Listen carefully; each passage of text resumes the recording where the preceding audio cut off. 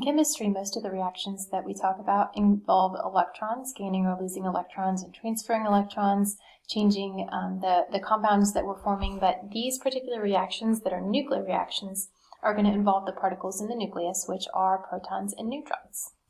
Some of these reactions are going to happen because they are too big and unstable. So if you remember that protons are positive and positives repel each other, so the protons in the nucleus are going to repel each other.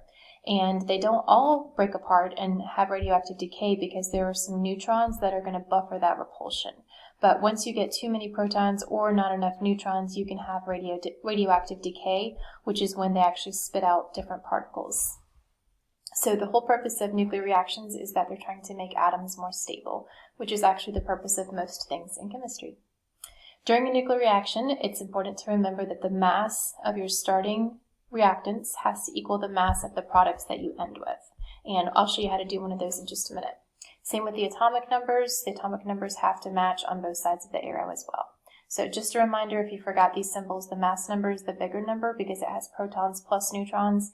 And then the atomic number is just the protons, and that's going to be the smaller of the two. We're going to talk about several particles, and the first one is alpha. So first of all, you need to know that an alpha particle is a helium nucleus with a mass of 4 and an atomic number of 2. So every time you see helium 4-2, that's an alpha particle. And sometimes in the question, it'll say that the reaction undergoes alpha decay, and you have to know that that means that it spits out this particle. It has a very big mass. In fact, it's so big that it can be stopped with a sheet of paper or with your skin. So alpha particles are not dangerous because they can't get into your body. Let's do a few of these examples, and if you could pause the video and grab a periodic table, that is going to help you as well. So the first thing is that the question is going to tell you that this undergoes alpha decay. So we're going to go ahead and write an alpha particle over here. And then the idea is that everything on the left of the arrow has to equal the things on the right of the arrow because you can't gain or lose particles. So if we have 238 on the left, we have to make all of our top numbers on the right add up to 238. So we already have 4 from the alpha particle, so we're going to put a 234 because 234 plus 4 will give you 238. Same thing on the bottom, we have 92 on the left of the arrow, so we need to have a total of 92 on the right. We already have 2 from the helium, so that's going to make this 90. And the thing about nuclear reactions is that if you change the protons, if you remember way back from our first chapter, the protons identify the element. So now that we no longer have 92 protons, it's no longer a uranium atom, it's now called thorium. And the way I knew that is just looking at the periodic table. So if you find your periodic table, find the atomic number 90, and you can see that it's going to be thorium. That's called transmutation. Mutate means to change, and that's when it changes elements. Let's do another one. This time we're starting with thorium, and again we're going to have alpha decay. So now I know that this is going to be 230 because 230 plus 4 will give me 234. Same thing on the bottom. We have 90 on the left. We took out 2 from our alpha particle, and so we're left with 88. And then again, what you need to do is go to the periodic table, find 88 as the atomic number, and that is radium. And if you want to pause this and try that next one by yourself, that could help you practice this.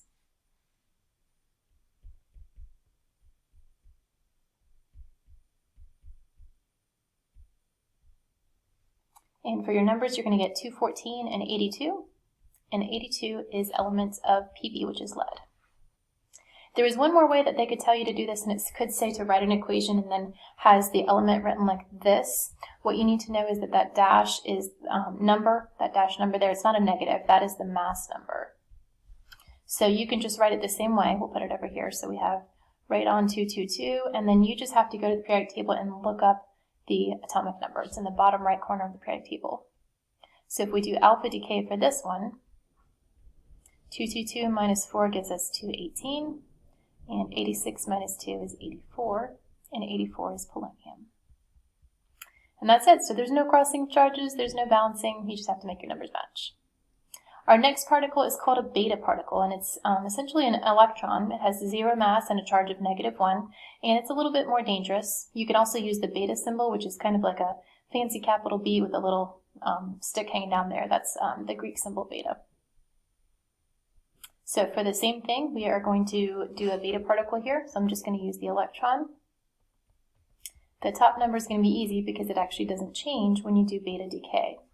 However, you have to be really careful with that bottom number. It's really tempting to say 91 is the answer because your brain sees the 92 and the -1, but what you need to come up with is a number that when you add -1 to it, it will give you 92. So the number is actually going to be 93, so it's going to go up 1. And 93 on the periodic table is Neptunian. All right, and if you want to pause this and try this next one by yourself, that could help you.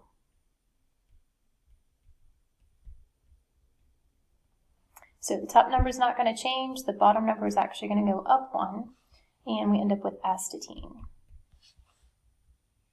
And then same thing down here, we just have to rewrite this a different way. So 214 is the mass, PV is 82. So if we do beta decay for this one, and again, you need to know that beta symbol, and this is bismuth. The last type of particle is called gamma, and it's not actually a particle. It's a wave of high energy electromagnetic waves. And so this is released from the nucleus, and this is the most dangerous because it is very high energy and low mass. So you can block it, but you have to use something very dense like lead or concrete.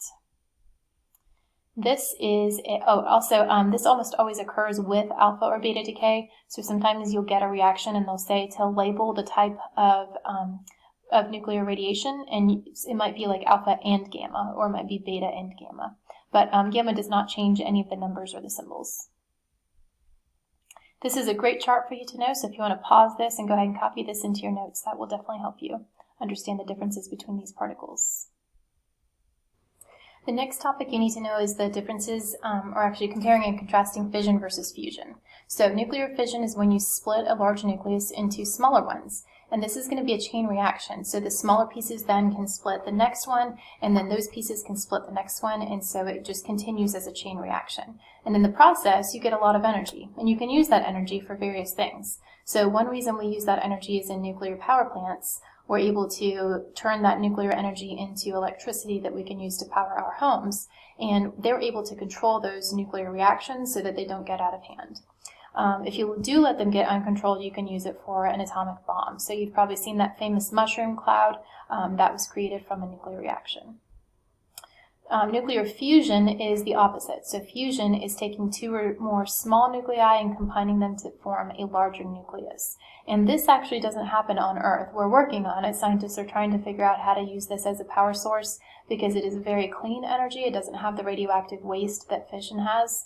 And we have an abundance of materials that we could use to do this. However, it requires extremely high temperatures to start this, and so we haven't been successful yet in using this as a power source.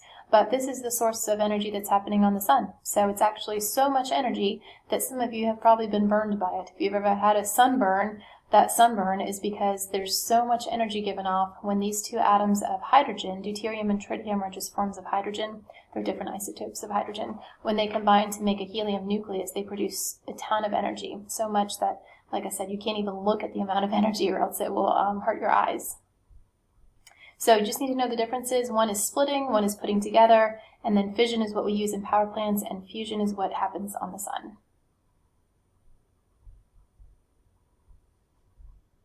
And one of our last topics is half-life. So half-life is the time that it takes for half of the atoms to undergo decay, and we can use this for fossil dating. So you may wonder, how do they know how old fossils are, like the dinosaur bones? How do they know when the dinosaurs lived? They can use this method to analyze the amount of carbon that has decayed in the bones, and they can work backwards to figure out when the dinosaur was living. So I'm going to show you how to calculate some of these. In math, you've probably learned how to do these with an equation, but I'm just going to show you how you can draw pictures, because for chemistry, you don't have to use that equation. They'll give you numbers that will work out. So it says the half-life of an element is 10 years, and you start with 20 grams. So just go ahead and start with your initial amount. And I draw an arrow to represent the half-life. So that amount of time was 10 years. After 10 years, if you go through one half-life, you will have half of your original. So after 10 years, the answer to this is going to be 10 grams. Then it says how much will you have after 20 years. So after one half-life, we have half of the original. We're going to draw another half-life,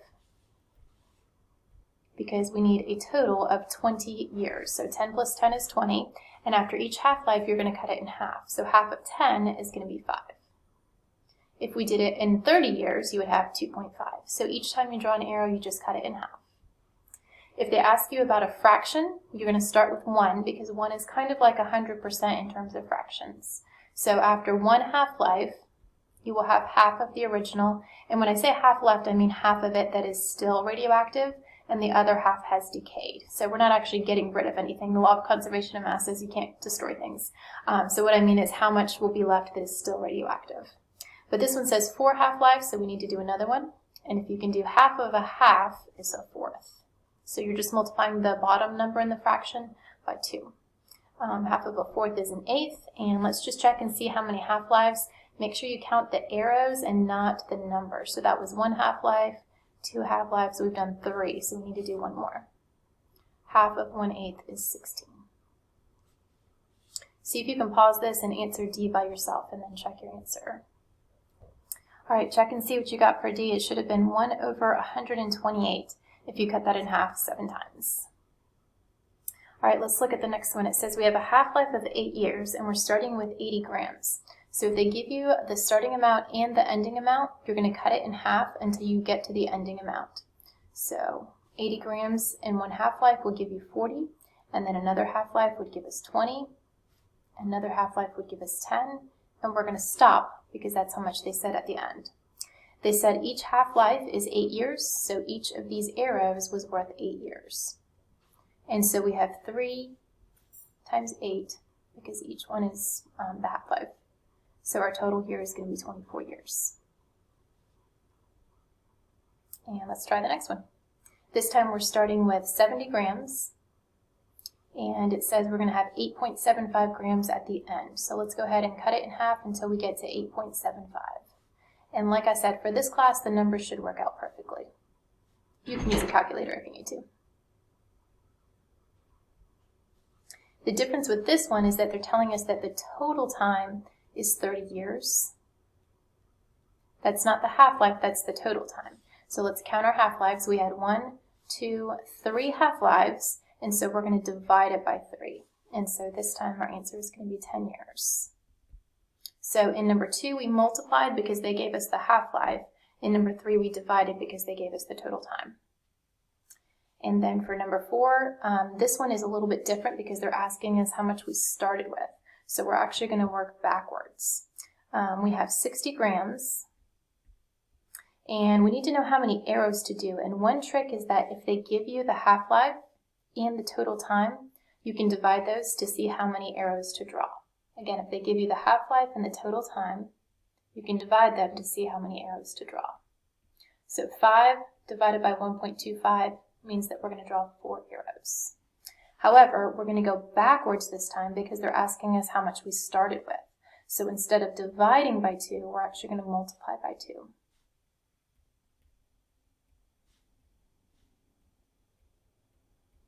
And let's see how many arrows we've done. 1, 2, 3, so we need to do one more.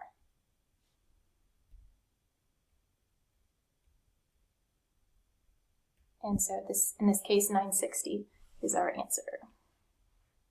And then the last thing for this chapter is just some, you need to be familiar with some uses of nuclear radiation. It has kind of a bad reputation when you say nuclear. People kind of get scared sometimes because they know that radiation can be harmful, and you hear about nuclear warfare and atomic bombs. But not all nuclear radiation is bad. In fact, you use nuclear radiation in your smoke detectors. They contain americium, which gives off alpha particles. And remember, alpha particles, first of all, can't even get through your skin. And what happens is that the smoke will interrupt that flow of alpha particles, and that's when the smoke detector goes off. And we also use nuclear radiation a ton to help with diseases, to detect them, and actually to treat some forms of cancer. They can use radiation to kill the cancer cells, but not kill the healthy cells. So not all radiation is bad. And that's it for nuclear chemistry.